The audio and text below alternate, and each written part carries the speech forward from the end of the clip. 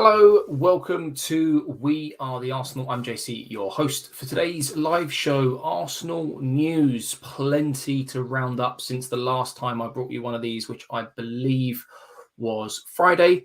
But I hope everyone is doing well, not too disappointed and down after yesterday's frustrating result against Burnley at home at the Emirates, which I will be reviewing this evening on the channel at 9 p.m. with a couple of the usual panelists. I believe I'll be joined by Keith, Neil, and John. So don't forget to stick that notification bell on if you don't want to miss out on that show and any future shows around Arsenal news, which I'll be bringing you this week. Hit the like button if you go on to enjoy today's show and subscribe if you're new around here. And let me tell you, there is a lot of news to get through today. Shouldn't keep you any longer than around about 10 to 15 minutes. But let's just dive straight into things, shall we? So the first story that I'm looking to bring you today surrounds Mikel Arteta and Bukayo Saka.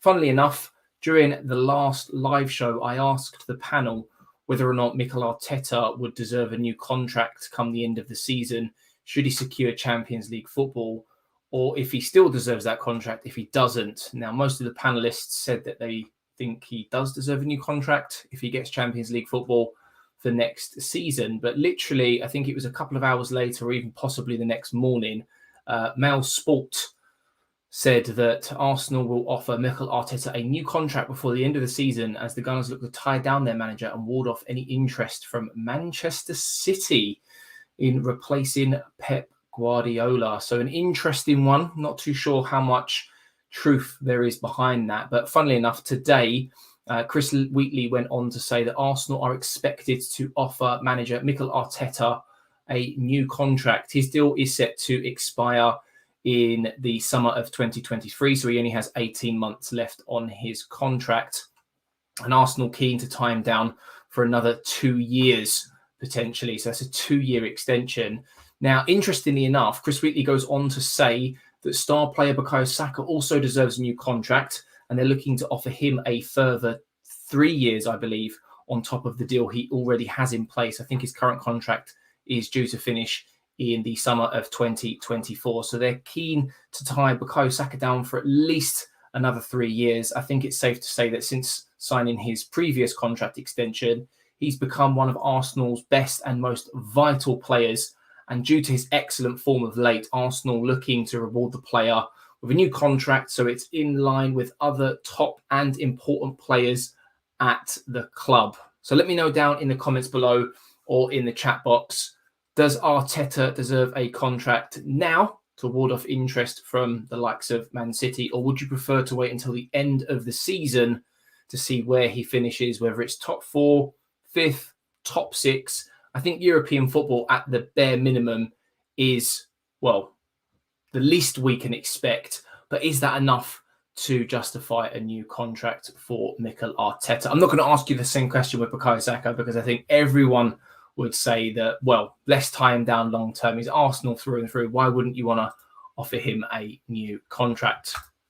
Okay. So the next story is around the recent allegations that there was some betting concerns surrounding a particular player at Arsenal. Now, The Athletic have recently reported that a bookmaker received around $420,000 worth of bets on a controversial yellow card received by an Arsenal player in a Premier League fixture this season, and it flagged to the international betting watchdog over manipulation concerns. So this is something that we've been aware of now for at least the last few days. I think it was the day of our second leg semi-final against Liverpool. So great timing for the lads and morale purposes. However, since then, the Times have said that a bet placed on Granit Xhaka's yellow card against Leeds is said to be the focus of an FA probe. The suspicious bet of about £52,000 is understood to have earned a payout of somewhere in the region of £250,000, £250,000. FA sources have stressed there is no suggestion of wrongdoing by Xhaka or any Arsenal players. Now, that last bit for me is really, really important. No wrongdoing by Xhaka or any Arsenal player. So if there has been any sort of suspicious betting activity, It hasn't come from Arsenal Football Club. It hasn't come from an Arsenal player. Whether that means it's a refereeing thing. I know in the Athletics original report, they published that the referee was not being investigated, and then they republished the same exact article but had removed that particular quote. So not to spread rumours, but very, very interesting to see, well, two articles that are fairly identical and one of those statements being removed. If there is anything going on in the Premier League with referees, it needs to be sorted out. It needs to be investigated. So some potential good news there. I'm sure we'll learn more about it over the next coming days and coming weeks. Arsenal were aware of the situation, so I'm sure there'll probably be a statement from the club once things are officially cleared up.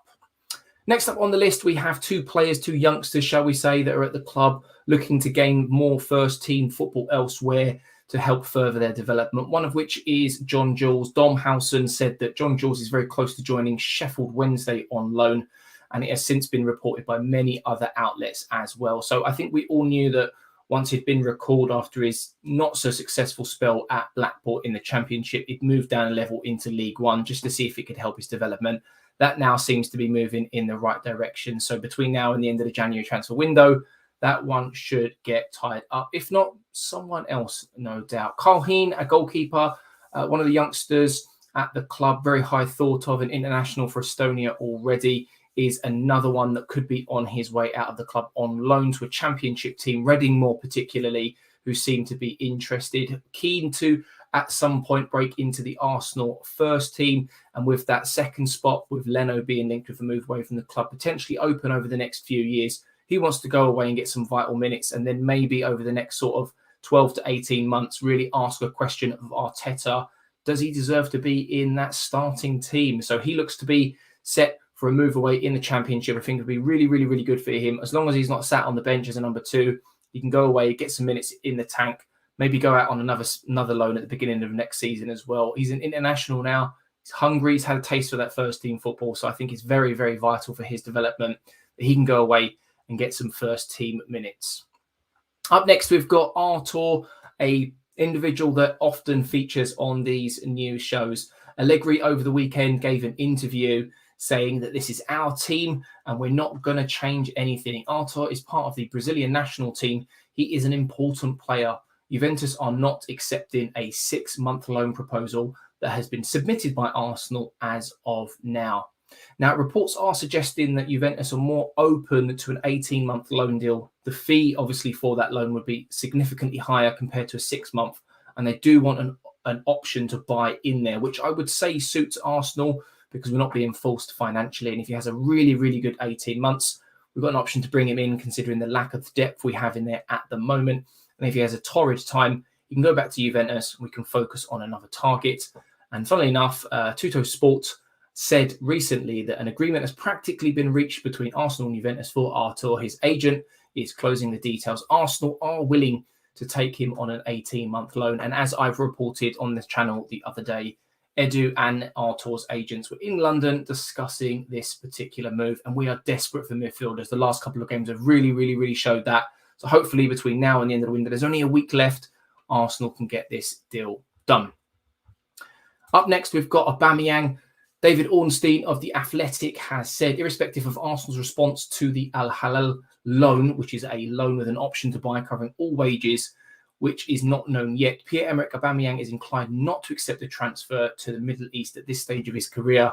It is believed that he would want to stay in a top league. And I think he's referencing Europe at this point, as we mentioned on this show the other day. PSG, Marseille, Seville, and I think another club are all interested in Aubameyang's services. But this doesn't typically tend to suit Arsenal because Al Hilal are looking to actually cover all of his wages, whereas if he moved to a team in Europe, the likelihood is we're probably going to have to subsidise some of those wages. Whether or not there'd be an option or obligation to buy in that deal at the end of it as well is yet to be seen. David Ornstein goes on to say that Aubameyang is said to remain extremely ambitious and determined to prove his quality after a public fall from grace at Arsenal since returning early from the AFCON.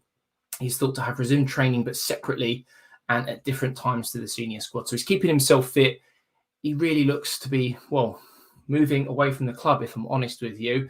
Where he ends up is another question altogether. I think if there's an option or obligation to buy in any loan between now and the end of the season, it seems to be the right one. And if he does go out, whether it's permanently or on loan this window, Arsenal absolutely need to have someone else already lined up. Which brings us on to our headline story, or stories, should I say, of the day. And if you are enjoying today's show, please do hit the like button, subscribe if you're new around here, and turn the notification bell button so you don't miss any more of these shows, and also tonight's show, where me and our usual panelists will be reviewing the Burnley game. So, the headline story revolves around 3 strikers, as probably given away in the thumbnail. Now, Vlahovic is the hot topic of conversation for Arsenal at the moment.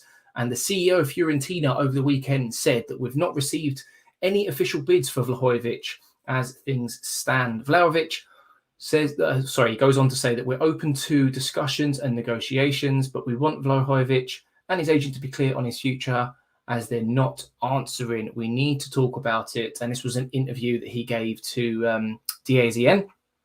Now, Sky Italy over the weekend said that Vlahovic is not economically viable in January for Juventus, but Gazzetta dello Sport reported that Vlahovic's priority is Juventus and is unwilling to consider a move to Arsenal. He has agreed a €7 million deal per season with the old lady and is keen to move Turin either in January or the end of the season. Now, based on what Sky Italy were reporting, it does seem as though that a deal in the summer is more than likely. He didn't feature over the weekend as he has contracted coronavirus, unfortunately, and there's only 7 days of the window left, and I'm not too sure what the rules and regulations are around quarantining in Italy, but this has just added another layer of complication to the whole deal. And the longer this goes on, the more and more likely it seems as though it's just not going to happen, which quite nicely brings us in to the next story around Alexander Isak. Now, David Ornstein has said that there are doubts about whether or not Arsenal will sign Vlahovic and whether or not it will be successful. Not with Fiorentina, but with the player and his reps. But Arsenal are actively exploring alternative options, such as Real Sociedad's Alexander Isak, which is a player that has a release clause and is very, very good friends with Martin Odegaard. Now, Isak's contract it does include a release clause worth somewhere in the region of around £75 million. But sources have told The Athletic that the Gunners will attempt to sign him for a much lower fee. So 1 week left to go in the window. Vlahovic doesn't look like it's going to happen now, unfortunately. Now, Real Sociedad have no reason to negotiate with Arsenal in this window if they want to keep him to the end of the season. However, if Arsenal activate that release clause of around €75 million, that's cash up front, as opposed to the deal that they were looking to get done with Vlahovic. Arsenal get to talk to the players. If Arsenal's serious about bringing in a striker this window, pushing for that top 4, not relying on the likes of Nketiah and Lacazette and maybe Aubameyang leaving the club, if Arsenal serious, cash up front, deal done. Surely it has to be deal done. Interestingly, though, Florian Plettenberg reported to Sky Sports that Calvert-Lewin is planning his next steps of his career. Now, a move in the summer to Arsenal, that is more likely than one in January. Arsenal are fascinated by the player. Atletico Madrid have also inquired in the last few weeks, and he's one of their targets for the summer with a price tag of more than £40 million. And West Ham are also reported to be interested in the player. So Everton haven't been in great form the last sort of 12 to 18 months. They've not pushed on the way that they've probably wanted to. It's not helped DCL's career in any way, shape or form. I think it would take a lot of money to convince Everton to part with the player now, and a deal in the summer seems more than likely. So there's a lot going on at Arsenal Football Club right now. And given the way that we've played over the last few games, we desperately, desperately need a striker. And the here and now, Isak seems to be the one that's most realistic. Dusan Vlahovic and his agents don't want to talk to Arsenal. A deal for Dominic Calvert-Lewin seems difficult in January. And Alexander Isak, if we just pay the money, we can speak to him and he can move this month and he may help in that push for a top 4 finish. So some really, really interesting stories there. Just to go through some comments before we finish up on today's live show. Judge, thank you very much for coming along and showing your support like always. Really, really, really do appreciate it. Although I think it's a bit premature to offer a new contract to a manager before the end of the season or back Arteta. I'm in exactly the same boat. Suspicious betting by refs, shocker. Might explain cheap red cards this Xhaka. I think, yeah, it's an interesting one because if the player and the club or players are not being investigated and there's no suspicious activity from that point of view, then it only leaves one other area if there is something to investigate, in my opinion. So we'll have to wait and see. I heard about Matt Turner coming in as a replacement for Leno. Yes, as reported in some of our previous shows, he is a player that Arsenal are keeping tabs on. Apparently, according to reports, Arsenal made a bid somewhere in the region of around £5 to £7 million for the player. No news to suggest they're looking to move Leno on first. And since it was first reported, there's not really been much said on the matter, but it seems to be a player that Arsenal are targeting. And if Leno is leaving the club and some of our youngsters are going out on loan, we do need a potential solid number 2 to come in and fill in for Ramsdale should he be unavailable for selection one way or another. Thank you very much, Judge. Really, really appreciate you coming along and showing your support. And Luca is also in the chat showing his support today as well. Thank you very much. So that is about going to wrap things up today. No more comments in the chat. All stories covered. Drop a like, subscribe, turn that bell on.